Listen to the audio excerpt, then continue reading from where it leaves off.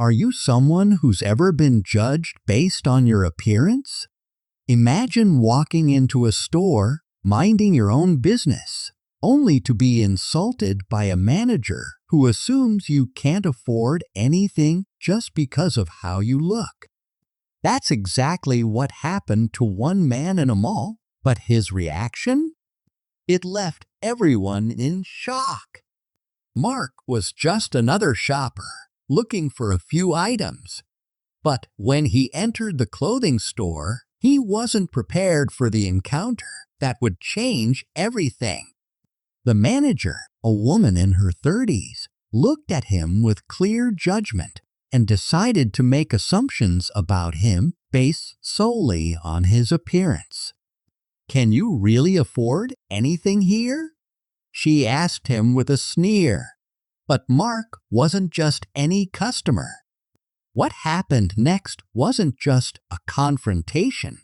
It was a moment that completely flipped the situation on its head. Here's how it all unfolded. Mark had no idea that what should have been a routine trip to the mall was about to turn into one of the most uncomfortable experiences of his life. As he walked through the entrance of the clothing store, he was focused on the simple task at hand, finding a few new shirts. The mall wasn't crowded, and the atmosphere felt calm. Mark figured it would be an easy in and out. But that wasn't the case. As soon as he entered, something felt off. He couldn't pinpoint it, but he felt a pair of eyes on him. It wasn't just a casual glance. It was the kind of stare that made you feel out of place. After scanning the store, Mark's suspicions were confirmed. The store manager, a woman in her early 30s, was watching him from behind the counter. She was standing with her arms crossed, her eyes fixed on him with what he could only describe as judgment. He didn't pay much attention at first, assuming she was just doing her job, keeping an eye on the customers. After all, it was a store policy to monitor customers in a retail space. But as Mark walked past the clothing racks, the manager's gaze never wavered. It was a stare that made Mark feel self-conscious, as though he didn't belong there. He brushed it off, thinking it was just a coincidence. Maybe she was just observing him like anyone else. But then, as he was inspecting a shirt on the rack, the manager approached him. Mark hadn't expected it, but he wasn't surprised either. It was the type of thing that happened, often someone deciding you didn't quite fit in based on your appearance. She stopped in front of him, blocking his view of the clothing. "Can I help you with anything?" she asked, her tone sharp. Her words were polite on the surface, but Mark could hear the hidden judgment in her voice. It wasn't the kind of, "Can I help you?" that makes you feel welcomed. No, this one felt different. It was almost like she was interrogating him. Mark, who had grown accustomed to these subtle encounters, nodded politely and said, "I'm just browsing, thank you." But the manager didn't take a step back. Instead, she crossed her arms and studied him more closely. There was something in the way she looked at him, something dismissive. Mark wasn't sure if it was the way he dressed, or maybe how he looked in general, but the energy shifted. He could tell that she was about to say something that wasn't going to sit well with him. "Are you sure you can afford anything here?" she asked, her eyes narrowing as she looked him up and down. Mark's stomach dropped. He'd been subjected to this kind of treatment before, but this was different. Her words cut through the air, filled with condescension. It wasn't just about the clothes.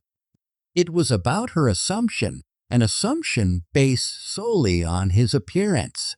He was being racially profiled, and it was happening right in front of him. Mark paused for a moment, trying to keep his composure. He knew exactly what she was doing. He had dealt with these types of situations before. The racist undertones were hard to miss. It wasn't just that she assumed he couldn't afford the clothes. It was that she thought he didn't belong in the store at all. It wasn't just a question. It was an insult. "Excuse me?" Mark said, his voice steady, though the frustration was building up inside him. He could feel the anger creeping up, but he knew that getting angry wouldn't help. It would only play into her hands. If he lost his temper, he'd be seen as the angry black man, just another stereotype she could point to. He wasn't going to give her that satisfaction. "I'm just browsing," Mark repeated, trying to remain calm, but the damage had already been done. He could feel the eyes of other shoppers and employees on him. The store was quiet, and the atmosphere had shifted. Everyone was witnessing what was happening, but no one was stepping in. No one was saying anything. The manager didn't back off, though. She pressed further, her voice dripping with sarcasm.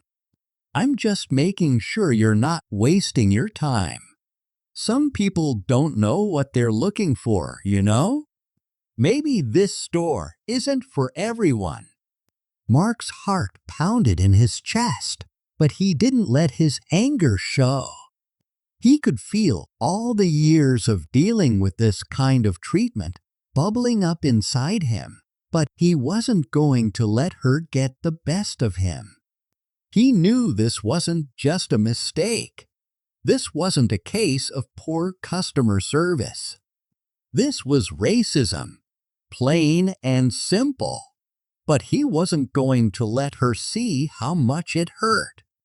Instead, he decided to do something that would leave her speechless, something that would turn the tables in a way she could never have expected. Mark had been profiled before, countless times in fact. But the feeling of being judged and humiliated, especially in a store where he was just trying to buy a few shirts, always hit him in a way that made him uncomfortable. It wasn't the first time he had walked into a store only to have the unspoken assumption that he didn't belong there placed on his shoulders, but it never got easier.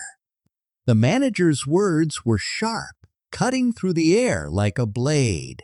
"Can you really afford anything here?" That wasn't just a question. It was a judgment, and it hurt. He wasn't new to this kind of treatment.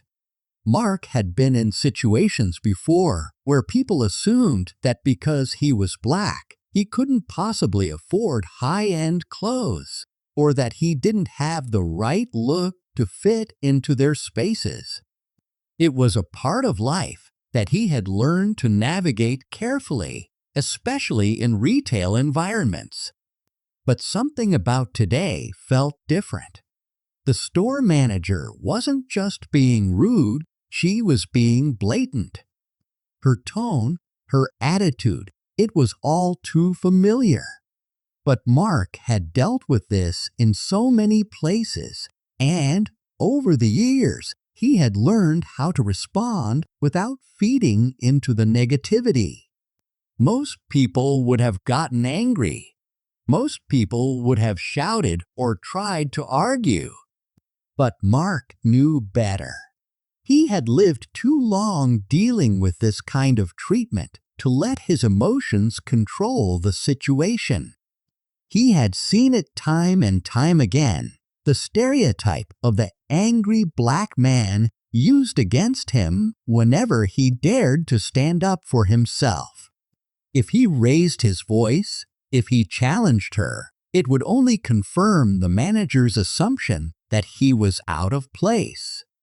Instead, Mark took a moment to breathe. He wasn't going to give her the satisfaction of seeing him upset. His first instinct was to walk away, but that wasn't going to help anyone. The manager needed to understand the consequences of her words. More importantly, the other people in the store needed to see that behavior like this shouldn't be tolerated. "I think you're mistaken," Mark said, his voice steady, calm, and controlled. The manager looked at him, clearly confused. She wasn't used to someone not reacting with anger or aggression. She probably expected him to fight back, to argue, or even make a scene. But he didn't. Mark wasn't angry. He was firm. He wasn't going to give her a reason to paint him as the stereotype she was hoping to push. "I'm just browsing," Mark continued, his eyes locked onto hers. There was no fear in his voice, no hesitation.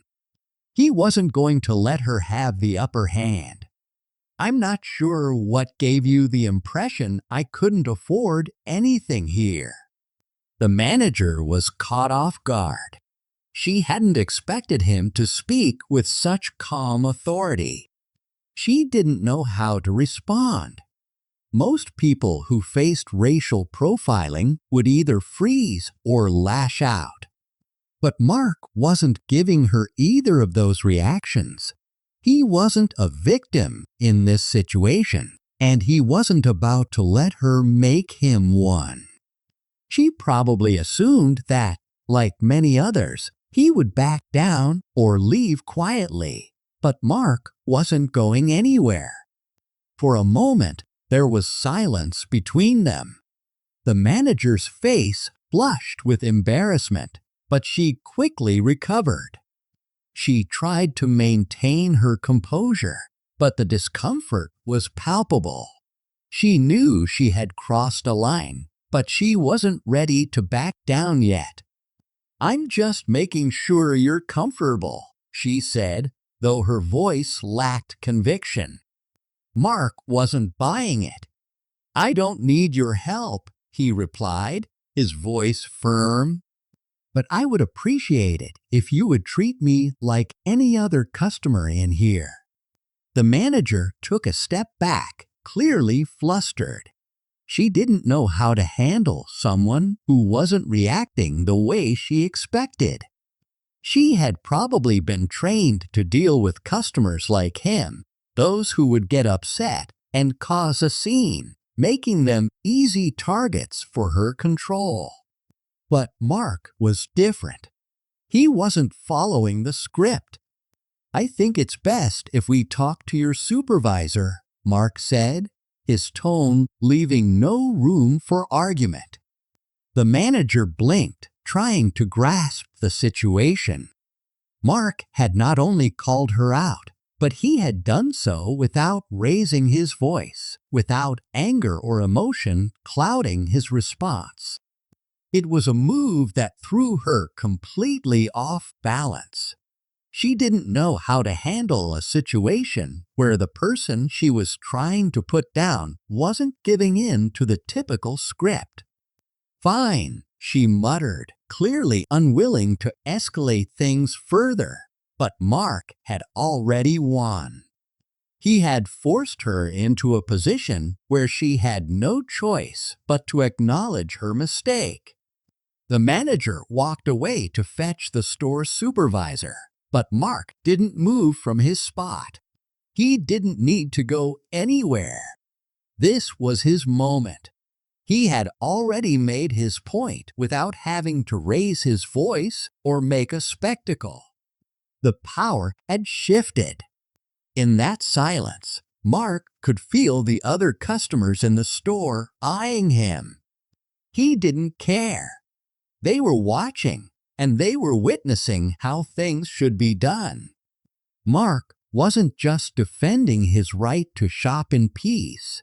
He was showing everyone else that you don't have to play into the roles people expect of you when faced with racism. You can stay calm, stay composed, and still take control of the situation. He knew that today, he wasn't just standing up for himself. He was standing up for every person who had ever been made to feel inferior based on their appearance. And in that moment, Mark realized something. He had taken back his power. He wasn't just another person in a store. He was someone who deserved respect, and he wasn't going to let anyone take that from him. The supervisor's arrival felt like a turning point. Mark stood firm, his body language exuding quiet confidence, while the manager, caught off guard, tried to find a way to backpedal. She knew she had crossed a line, but she wasn't ready to face the consequences yet. As the supervisor approached, the tension in the store was palpable. Mark didn't need to explain himself further. The situation was clear. The manager had wrongly assumed that, because he was black, he couldn't afford the clothes in the store. She had treated him like an outsider, as if his presence there was a mistake. Now, the store supervisor was standing in front of him, about to witness the fallout from the manager's actions. "I understand there's an issue here," the supervisor began, her voice measured but firm.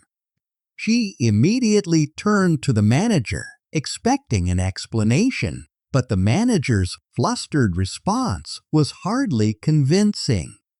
I was just making sure he was comfortable," she stammered, trying to justify her actions with a feeble excuse.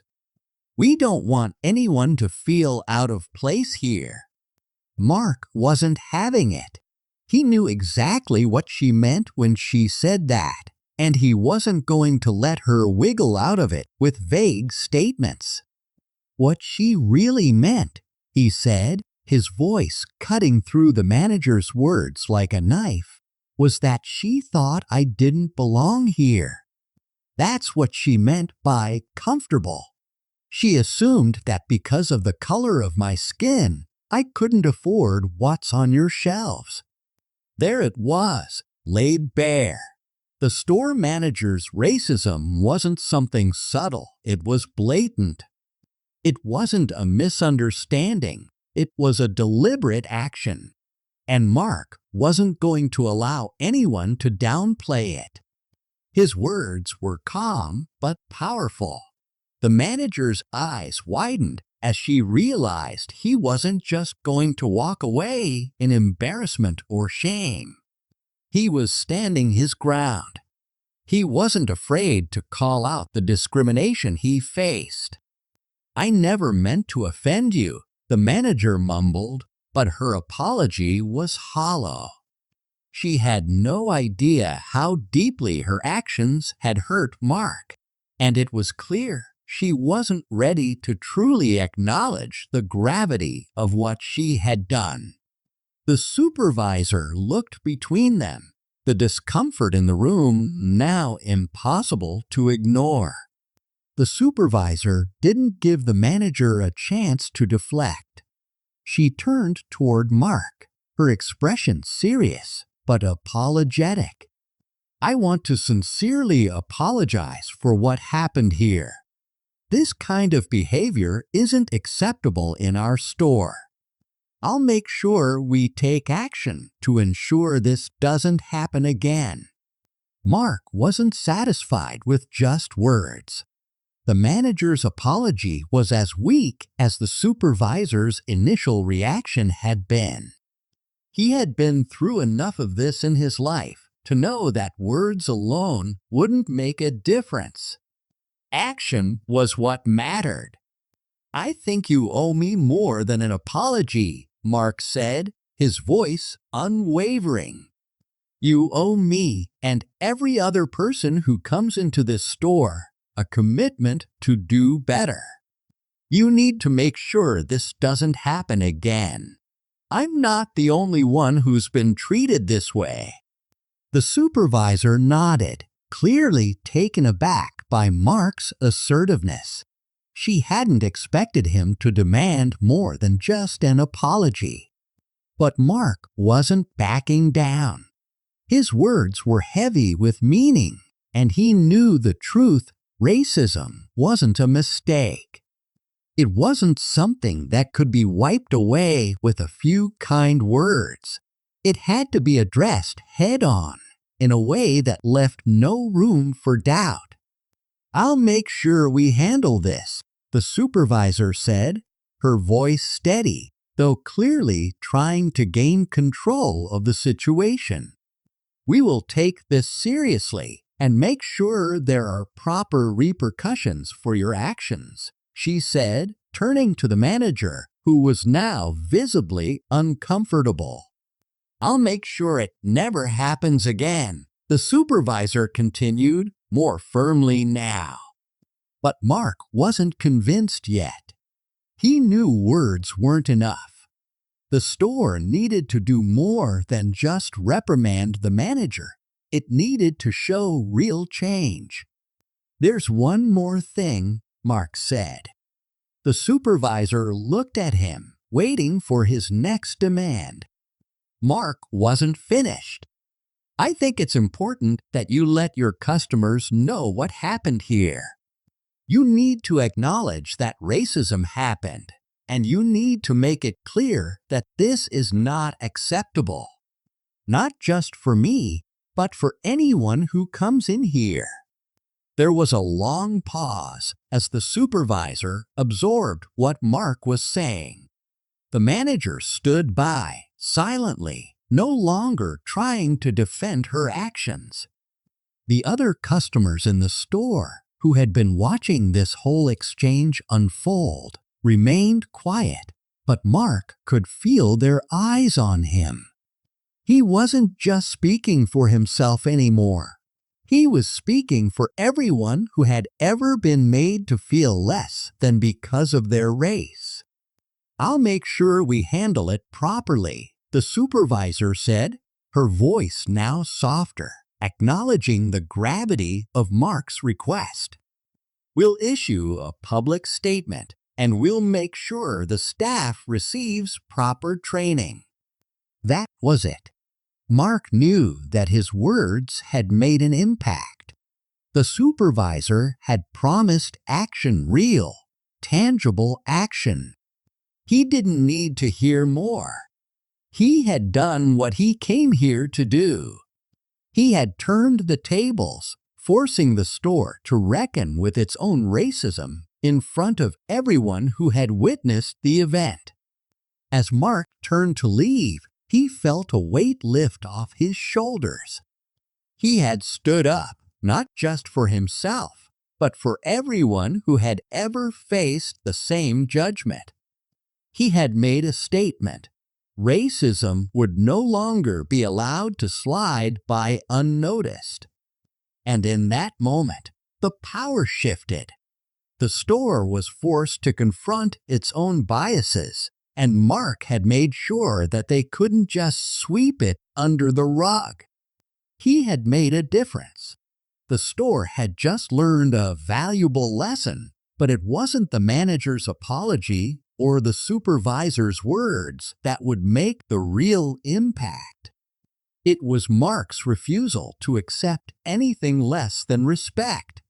He had turned what could have been an embarrassing moment for himself into a turning point for the store. By calmly confronting the manager and demanding accountability, he had exposed the ugly truth about racism, how easily it can be brushed aside if no one challenges it. As Mark walked out of the store, he felt something stronger than just relief. He knew that his actions had set a precedent. The store would have to face the consequences of what happened, and hopefully they would start making meaningful changes. But it wasn't just about the store anymore. It was about showing the world that standing up to racism doesn't always have to be loud or violent. Sometimes, the quietest voice can be the most powerful one. Mark had shown everyone that standing your ground and demanding change is never a waste of time. Sometimes, all it takes is one person, one voice, to make people realize that they are responsible for the world they create. Mark had spoken up, and in doing so, had made sure the store would never forget what had happened. If you believe people like her need to be held accountable, hit subscribe and stay tuned for more shocking stories.